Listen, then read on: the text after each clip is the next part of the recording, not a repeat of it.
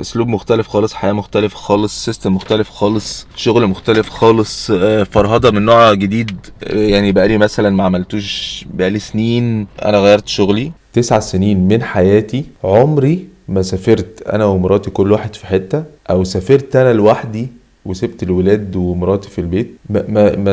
ما افترقناش خالص في الوقت ده، وحصل ده بسبب الشغل الجديد اللي انا بدأته. وممكن كل ده برضو امتحان، يعني اللي هو انت بص قعدت فترة كبيرة مقضيها الشغل بطريقتك وبمزاجك وبتاع، فلا تعالى نعمل بقى تيست صغير. شغلك هيبقى من 9 ل5، هتوصل واحد من الولاد مش شرط الاتنين، وبعد كده مش مراتك هتبتدي بقى هي كمان حياتها هتتغير، وهتبقى عندها حاجات تانية الوقت اللي كنتوا مقسمين الحاجات مع بعض، يعني ترتيبات جديدة خالص، ففيها شوية لخبطة وشوية ضغط. بس هنشوف. الراجل لازم يعمل الحاجة اللي لازم يعملها، هو لازم يتعمل، فلازم هنعملها. هحاول اقول لكم التفاصيل اللي هتفرق معاكم شويه عشان تعرفوا انا عامل الفيديو ليه اصلا. خليني ارجع معاكم من 2008 لحد 25 كان في قرار لازم اخده مصيري في شغلي والمستقبل بتاعي المهني والوظيفه والكلام ده.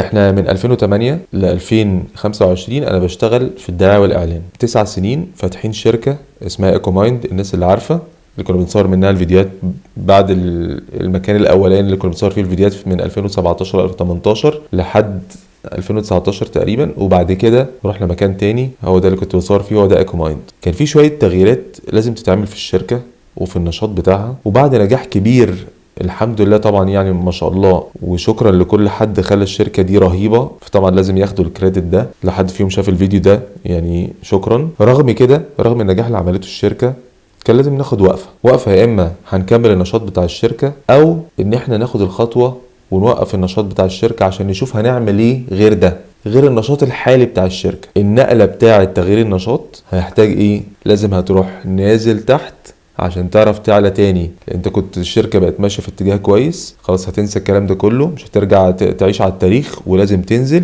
شوية، تعتبر انت كأنك بتبدأ من الزيرو، وبعدين تشتغل وتكبر الاتجاه التاني عشان يكبر تاني. في اثناء حاجه زي دي، اللي لازم يحصل؟ لازم تلاقي حل يعيشك طبيعي. فبعد 9 سنين الواحد بيشتغل بمزاجه، بيروح يشتغل من الجونه، من الغردقه، من البيت، مش عارف الكلام ده، يروح يجيب ولاده كل يوم، يقعد معاهم، ينام معاهم، ياكل معاهم، يقعد مع مراته، يقعد مش عارف. كل الكلام ده كله هيتشال كده، وهرجع للوظيفة. هشتغل في وظيفة للناس اللي شافت الستوريز او الريلز اللي على الانستجرام. انا دلوقتي بعمل ايه؟ بشتغل في العقارات في بالم هيلز، شركة بالم هيلز، مطور.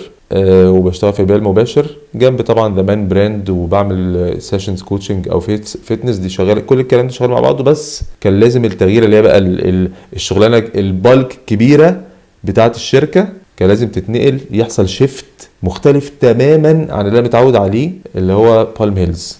طبعا من الحاجات اللي هي يعني المنيله برضو، اللي هي الواحد لما بيبدا شغل جديد او كده بيبتدي بقى ايه، يملى اوراق بقى، فاهم؟ يجيب مثلا اوراق، قدم اوراقك، فاهم؟ مش هتدخل غير لما تاخد اوراق. فدي بقى اللي هي الحاجات اللي هي المنيله بتاعت الوظيفه اللي الواحد ناسيها. انا عملت انترفيوهات في كذا حاجه، انترفيوهات.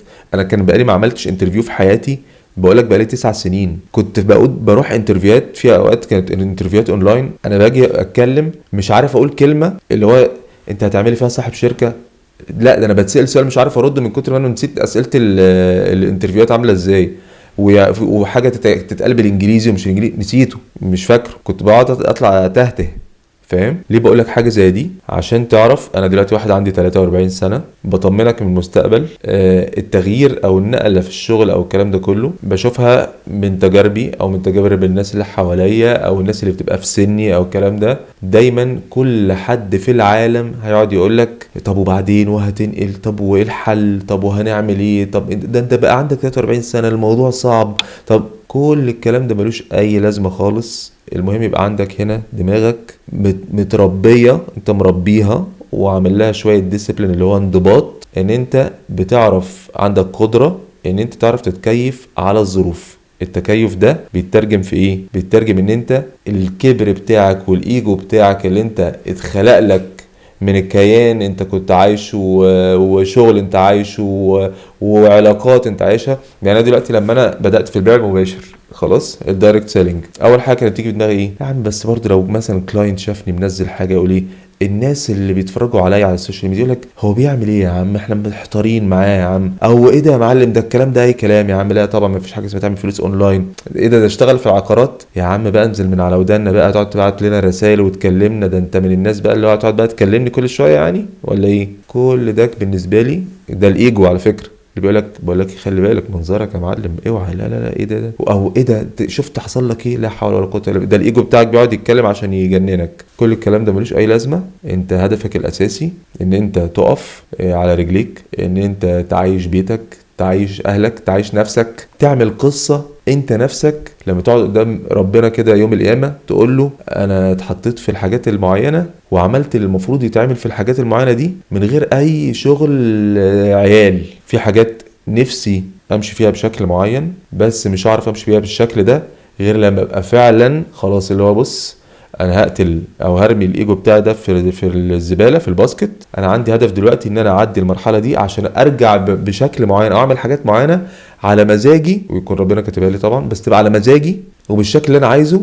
في اثناء ده لازم اشتغل، لازم اعمل ايا كانت الحاجه اللي انا هعملها ايه. وفي كل ما انا بتحرك في واحده من اي حاجه من الحاجات اللي انا بقولك عليها دي بتفتح لي سكك تانية انا ما اعرفهاش ومش متوقعها ومش عارف هي هتعمل معايا ايه. ما تقلقش خالص من المستقبل لان مفيش حاجه اصلا بتاعتك مش في ايدك. المهم انت يعني لما ربنا يحطك في حاجه، لان انا اصلا بحس ان ربنا هو بيحط لنا موقف معينه اللي هم بقى بيسموها ابتلاءات ولا امتحانات ولا ايا كان، هو كأنه عايز يشوف شخصيتك او رد فعلك في حاجات معينة. فما تقلقش خالص، كل حاجة هتحصل في حياتك كويسة، بس بيطلع لي شوية خوازيق اللي هو لا ربنا بيقول لي لا انت بص خلي بالك، هو انت هيطلع لك حاجات رزلة، تقعد تروح بقى تعمل انترفيو، تعمل كشف طبي، تعمل تكلم ناس، تروح تعمل تأمينات، تعمل تخلاق طرف، تعمل الحاجات اللي هي بقى اللي هي كده عارف ايه. بس يعني الناس ممكن تزهق منك، الناس تكرهك، الناس معرفش، بس انا لازم اكمل فاهم. اتخانقوا معانا، ما تخافوش من حاجه في المستقبل خالص، وما تقلقش على اي حاجه خالص، مش اي حاجه خالص في الحياه بتلمس شكلك ولا كرامتك ولا منظرك ولا مش الكلام ده خالص، مش مهم خالص، لان انت ما حدش عارف حاجه وانت ما تعرفش حاجه عن الناس اللي انت قلقان ان هو شكلك قدامه عامل ازاي. انت مش عارف هم عندهم حوارات عامله ازاي، هتلاقي كل واحد بس مداري عليها كده عشان هو خايف يعمل حاجه مش زيك. فتقلقش. شكرا يا جماعه ان انتوا اتفرجتوا، وان شاء الله رحله جديده مع بعض، وهتلاقوني بنزل حاجات عن العقارات وحاجات عن البيع المباشر وحاجات عن زمان براند وحاجات عن الكوتشنج او الفيتنس، وده انا ودي قصه حياتي. وان شاء الله لو حد عايز يبقى جزء منها يلا بينا، لو مش عايز يبقى جزء منها هلاقي حته فيها تنفع يبقى جزء منها. وبس كده، اشوفكم في الفيديو الجاي. سلام.